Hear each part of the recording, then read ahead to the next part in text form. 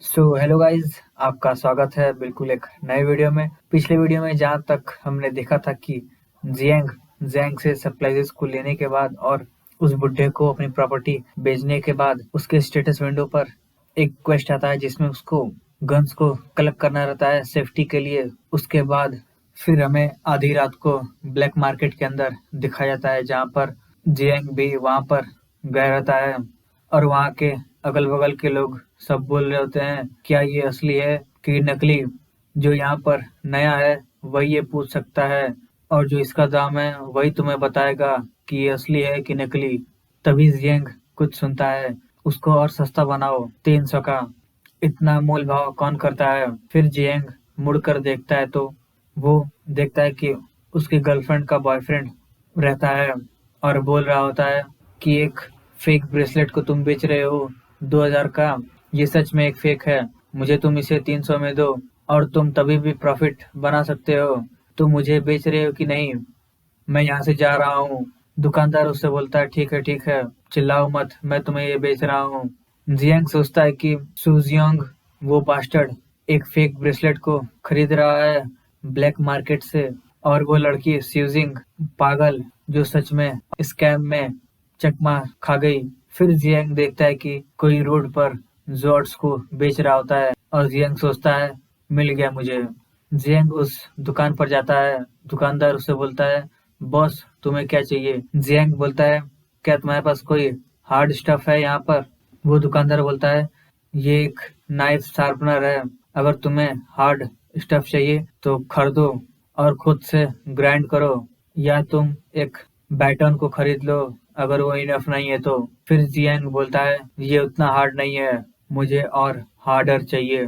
दुकानदार ये सुनकर बोलता है तुम्हारा मतलब क्या है, तुम यहाँ पर मुसीबत खड़ा करने आए हो। फिर तभी उसके फोन पर मैसेज आता है कि 2 लाख योन ट्रांसफर हो चुके हैं उसके अकाउंट में। फिर जियांग बोलता है इतनी जल्दी एक्साइटेड मत हो, मैं सीरियस हूँ खरीदने के लिए। फिर वो दुकानदार बोलता है अपने दोस्त को कि आओ और स्टॉल को देखो। फिर वो दुकानदार जियांग से बोलता है बाहर बात करना ठीक नहीं रहेगा, इस तरफ आइए। फिर वो एक घर के अंदर चले जाते हैं और वो दुकानदार बोलता है बॉस हमारे पास हैंडमेड गन भी है जो कि एक मुर्गे को शूट करने के लिए इनफ है और इन सब का दाम 2000 यूएन है और इन सब की गोलियां भी चीप हैं। ये कैसा है, क्या ये ठीक रहेगा। जियांग बोलता है ये काफी नहीं है। फिर दुकानदार बोलता है तो क्या ख्याल है एक रिवॉल्वर का, इसकी परफॉर्मेंस सेम है एक एक्टिव ड्यूटी हैंडगन जितना और इसका दाम 5000 यूएन है और ये 9 mm की बुलेट शूट करता है। हर एक बुलेट 5 यूएन का कॉस्ट करेगा, अगर तुम मुझसे खरीदोगे तो कैसा रहेगा ये। फिर जियांग गुस्से से बोलता है बियरली एक्सेप्टेबल, मैंने तुम्हें 200,000 दिए हैं और तुम मुझे इस तरह का सामान दिखा रहे हो। वो दुकानदार बोलता है क्या प्रीपेमेंट। जियांग बोलता है 10% प्रीपेमेंट, मैं यहाँ पर 2 मिलियन के वेपन्स खरीदने आया हूँ। फिर दुकानदार बोलता है आप जिंदा रहने के लिए क्या करते हैं, आप मेरे पास क्यों आए हैं इतना बड़ा ऑर्डर लेकर। फिर जियांग बोलता है मेरे सबऑर्डिनेट्स करते हैं सब, लेकिन कुछ चेंजेस की वजह से मुझे यहाँ पर आने पड़ा, मुझसे ज्यादा मत पूछो, बस बताओ क्या तुम ये सब अरेंजमेंट कर सकते हो। वो दुकानदार बोलता है जियांग से बस कुछ समय के रुकिए। फिर तभी वो खिड़की से बाहर झांक कर देखता है। वो दुकानदार जियांग से बोलता है तुमने सही इंसान को खोजा है। फिर दुकानदार जियांग के पास आकर बोलता है मैं इसको हैंडल कर सकता हूँ, मुझे एक लिस्ट बनाकर दीजिए और मैं आपको एक एड्रेस दूंगा, वहां पर आधी रात को कल पहुंचिए और ट्रांजैक्शन को कंप्लीट कर दीजिए और याद रहे पेमेंट कैश में होगा। फिर जियांग उस घर में से निकलता है और दुकानदार बोलता है बॉस अपने कदम को थोड़ा बचाकर। फिर जियांग को कोई बोलता है क्या ये जियांग नहीं। वो मुड़कर देखता है तो वही मोटा इंसान रहता है और बोलता है तुमसे मिलना आधी रात को वही ब्लैक मार्केट में, इसीलिए तुम इतना खर्च कर रहे हो हाल ही में, और तुम स्यूजिंग को भी इग्नोर कर रहे हो। लगता है कि तुम्हारी फैमिली में कुछ हेयरलूम्स हैं या कुछ और। क्या तुमने कुछ ज्यादा ही देख लिया है मार्केटिंग अकाउंट रिसेंटली और सोचा है कि सब कुछ बेचकर और आराम से रहोगे। फिर जियांग सोचता अपने मन में ये सही टाइम है मेरे न्यू एबिलिटी को टेस्ट करने का। फिर वो तुरंत अपने एबिलिटी को एक्टिवेट कर देता है, माइंड आई, और देखता है उस दुकानदार को भी और उस मोटे इंसान को भी कि उन दोनों के सर के ऊपर डिफरेंट डिफरेंट इमोजीज बन रहते हैं। और जियांग ये देखकर सोचता है, जैसा कि सोचा था, ये बहुत ही यूजफुल एबिलिटी है।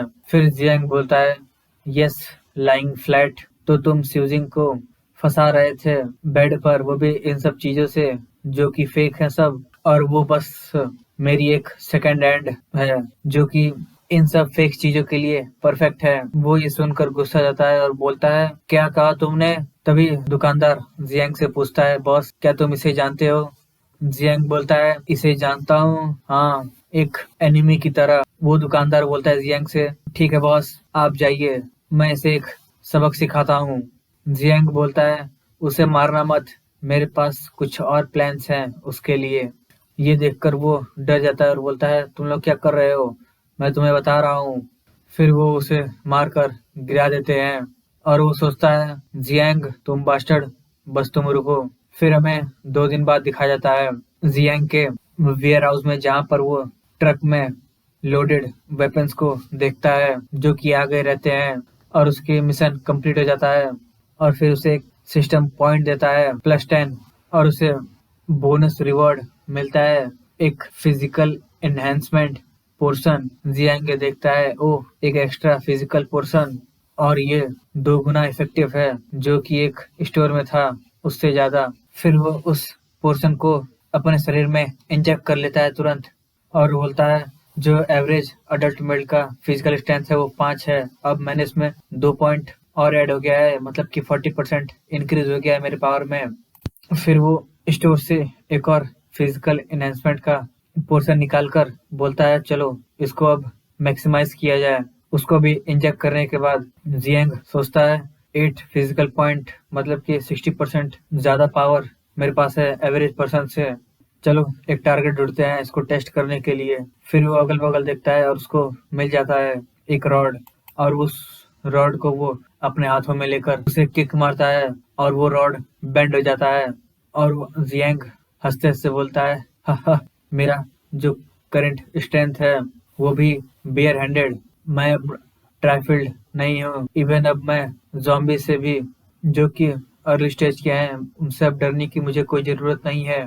ये सब वेपन्स ज्यादा स्पेस नहीं लेंगे, बेटर स्टोर, ये ज्यादा बेटर रहेगा कि मैं उन सबको स्पेस रिंग में स्टोर कर दूं सेफ्टी के लिए।